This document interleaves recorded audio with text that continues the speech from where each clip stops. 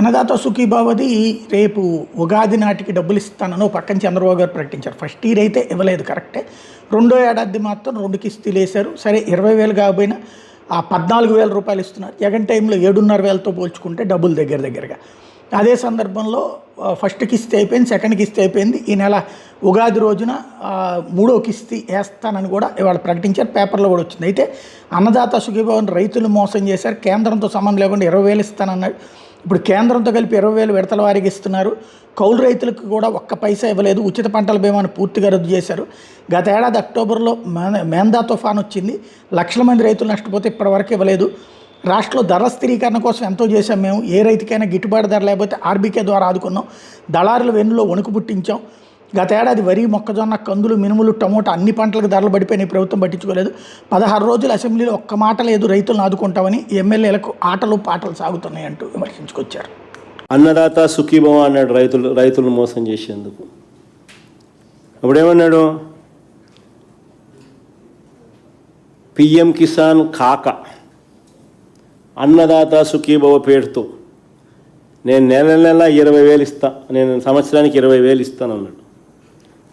ఇంతకుముందు కూడా మన బడ్జెట్ ప్రజెంటేషన్లో ఇదే ఆయన అన్న మాటలు, ఆయన నోట్లో నుంచి వచ్చిన ఆ మాటలు ప్లే చేసి వినిపించిన అందరికీ కూడా. కావాలంటే మళ్ళీ ప్లే చేద్దాం ఒకసారి. చెప్పు, ప్లే చేయ. మడమ తిప్పడు, మాట తప్పడు. అవును, ఇప్పుడు గవర్నమెంట్ ఆఫ్ ఇండియా 6,000 రూపాయలు ఇస్తుంది కాబట్టి అది మైనస్ చేసి నేను 6,500 రూపాయలు ఇస్తానని చెప్పిన పెద్ద మనిషి. ఆ రోజు చెప్పలా? రైతుకు సంవత్సరానికి 20,000 రూపాయలు ఇప్పుడు ఇచ్చేది కాకుండా 20,000 వరకు ఇచ్చేట్టుగా తెలుగుదేశం పార్టీ నిర్ణయం చేశాం. చూడండి ఎంత గొప్పగా అబద్ధాలు ఆడగలుగుతాడు మనిషి. అన్నదాత సుఖీభవ అని చెప్పి ఇప్పుడు ఇచ్చేది కాక 20,000 ఇస్తానని చెప్పినాడు. మొదటి ఏడాది ఎగ్గొట్టేసినాడు. రెండో ఏడాది 20,000కు గాను ముక్కి అప్పుడు ఒక 5,000 అప్పుడు ఒక 5,000 ఇచ్చినాడు. అంటే 2 ఏళ్ళకి కలిపి 40,000 రూపాయలు ప్రతి రైతుకు ఇవ్వాల్సింది 40,000కు గాను ఇచ్చింది కేవలం 10,000. అంటే 30,000 రూపాయలు ప్రతి రైతుకు బాకీ. ఇది ఎప్పుడు ఇస్తావు స్వామి ఆ రైతులకు అందరికీ? రైతులు చాలా ఇబ్బందుల్లో ఉన్నారు అని అడిగితే నోరు కూడా మెదపడం లేదు. 16 రోజుల అసెంబ్లీ సమావేశాల తర్వాత.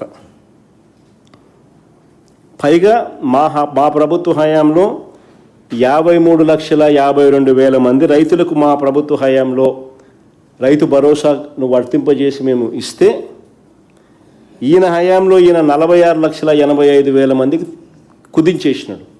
అంటే దాదాపుగా 7 లక్షల మంది రైతులను ఎగరగొట్టేసినాడు. పైగా కౌలు రైతులకు ఒక పైసా కూడా ఇవ్వాల. కౌలు రైతులు కానీ, ఆర్ఓఎఫ్ఆర్ పట్టాదారు రైతులు కానీ వీళ్ళెవ్వరికి కనీసం ఒక పైసా కూడా ఇచ్చింది లేదు.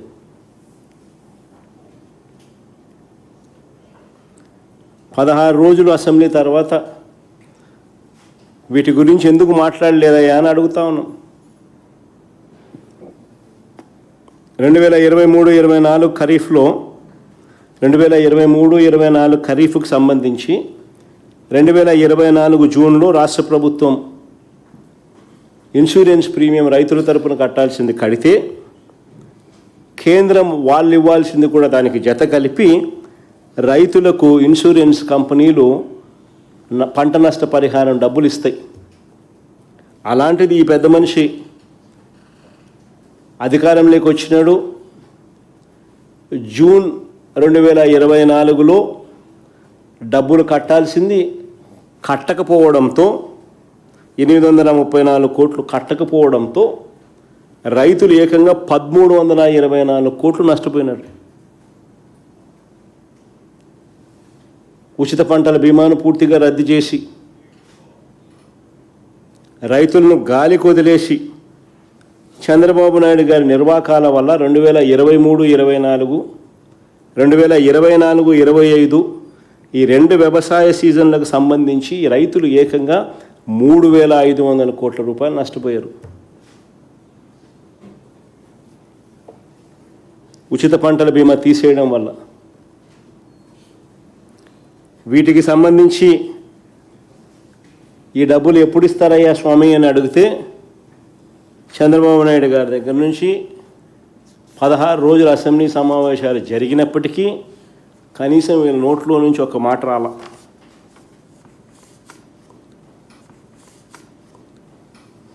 గత ఏడాది అక్టోబర్లో మేంతా తుఫాన్ వచ్చింది.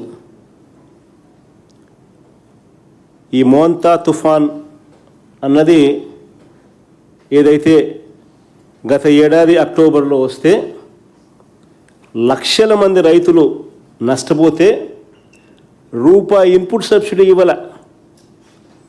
రూపాయిలా ఎవరికి ఇప్పటికీ కూడా.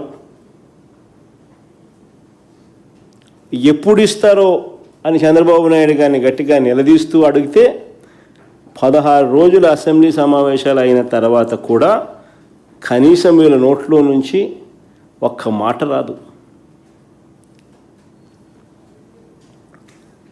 రాష్ట్రంలో ధరల స్థిరీకరణ నిధి కోసం ఏకంగా మా ప్రభుత్వ హయాంలో 3,000 కోట్ల ధరల స్థిరీకరణ నిధి పెట్టి ఏకంగా 7,500 కోట్ల రూపాయలు వెచ్చించి 5 ఏళ్లలో రైతు భరోసా కేంద్రాలు నెలకొల్పి ఆ ప్రతి ఎకరాను ఆ ప్రతి గ్రామంలోనూ ఈ క్రాప్ చేసి ఏ రైతుకైనా కూడా తన వేసిన ఏ పంటకైనా కూడా గిట్టుబాటు ధర రాని పరిస్థితి ఎక్కడైనా ఉంటే వెంటనే ఆ ఆర్బీకే పరిధిలోనే సీఎం యాప్ అని continuous monitoring of agricultural price and procurement అని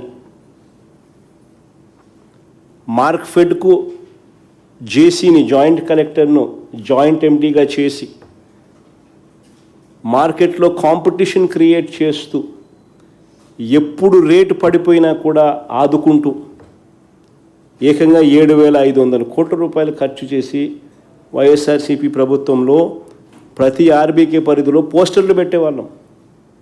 ఇదిగో ఈ పంటకు ఇది గిట్టుబాటు ధర అని. ఈ రేటు కన్నా తక్కువగా ఎక్కడైనా వస్తే వెంటనే ప్రభుత్వం జోక్యం చేసుకుంటుంది అని చెప్పి రైతులకు భరోసా ఇచ్చేవాళ్ళం. దళారీల వెన్నులో వణుకు పుట్టించేవాళ్ళం. అంతకన్నా తక్కువ రేటుకు తీసుకునేదానికి ఎవడైనా సాహసిస్తే వెంటనే రియాక్ట్ అయ్యేవాళ్ళం. 7,500 కోట్ల రూపాయలు ఖర్చు చేసి రైతులను ఆడుకుంటే ఈ చంద్రబాబు నాయుడు గారి ప్రభుత్వంలో ధరల స్థిరీకరణ నిధి కోసం కేవలం 300 కోట్ల రూపాయలు కేటాయింపులు చేశారు. ఇంత దారుణమేందయ్యా అని చెప్పి రైతులంతే ఇంత చులకనేందయ్యా చంద్రబాబు అని చెప్పి చంద్రబాబు నాయుడిని గట్టిగా నిలదీస్తూ అడిగితే దాని మీద కూడా ఒక్క మాట లేదు. పైగా ఎదురుదాడి.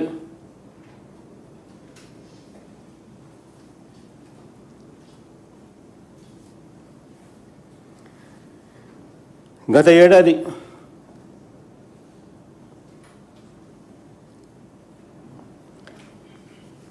వరి, మొక్కజొన్న, అరటి, కొబ్బరి, కందులు, మినుములు, పెసలు, శనగలు, సజ్జలు, మిర్చి, టమాటో, చీని, పత్తి అన్ని పంటలకు ధరలు పూర్తిగా పడిపోయినా కూడా ప్రభుత్వం నుంచి ఎలాంటి మనసు లేదు, పట్టించుకొని ఆదుకునే కార్యక్రమం జరగలేదు. ఇప్పుడు మళ్ళీ మిర్చి, శనగ, మొక్కజొన్న, అరటి పంటలకు ధరలు పడిపోయాయి.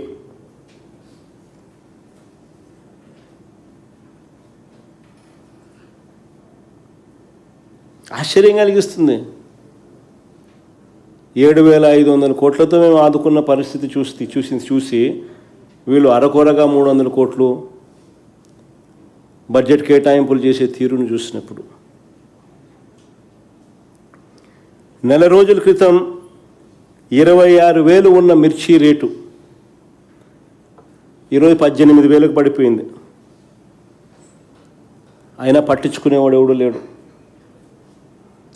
శనగ ఎంఎస్పి రేటు 5,875, రైతులు 5,000 కూడా రాని పరిస్థితుల్లో రైతులు అమ్ముకుంటా ఉన్నారు.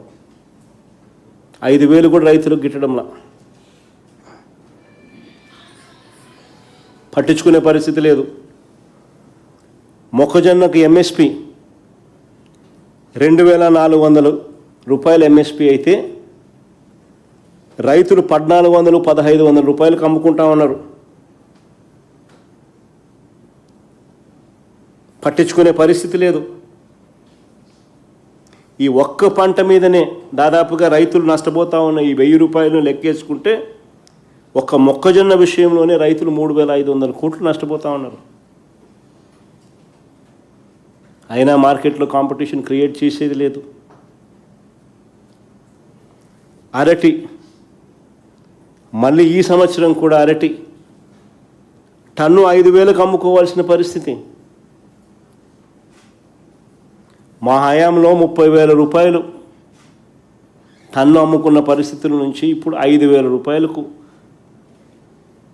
తెగనమ్ముకుంటా ఉన్న పరిస్థితి. మరోవైపు టమాటో ధరలు కిలో 2 రూపాయలకు అమ్ముకోవాల్సిన పరిస్థితి ఈరోజు. ఇవే కాకుండా బత్తాయి, సజ్జ, వాటర్ మెలను, మస్క్ మెలను, ఈ అన్ని పంటల పరిస్థితి, పండ్ల పంటల పరిస్థితి ఇదే. ఇలాంటి పరిస్థితుల్లో రైతులకు అండగా ఉంటామని చెప్పి 16 రోజుల అసెంబ్లీ సమావేశాలు ముగిశాయి. 300 కోట్లు కాదు 3,000 కోట్ల రూపాయల ధర స్థిరీకరణ నిధి పెడతాము, తోడుగా ఉంటాము అని చెప్పాల్సిన నోట్లో నుంచి కనీసం నోరు మెదపలేదు. పైగా ఎమ్మెల్యేలకు ఆటలంట, ఎమ్మెల్యేలకు పాటలంట, ఎమ్మెల్యేలతో స్కిట్లంట.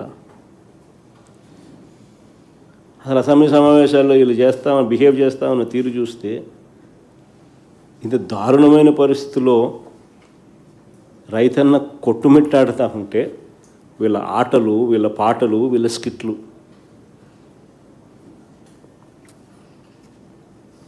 వీళ్ళ కాలక్షేపం. నిజంగా మరోపక్క వ్యవసాయ రంగంలో ఎంత సంక్షోభం నెలకొని ఉందనంటే వందలాది మంది రైతు కూలీలు ఆత్మహత్యలు చేసుకుంటా ఉన్నారు. ఈ ప్రభుత్వ లెక్కల ప్రకారమే, నా లెక్కల ప్రకారం కాదు, ఈ ప్రభుత్వ లెక్కల ప్రకారమే 2025లో ఆత్మహత్య చేసుకున్న 393 మంది రైతు కుటుంబాలకు 2,472 మంది రైతు కూలీల కుటుంబాలకు వారికి పరిహారం ఎప్పుడు ఇస్తారన్నది కనీసం ఒక్క మాట కూడా చెప్పలేదు అసెంబ్లీలో.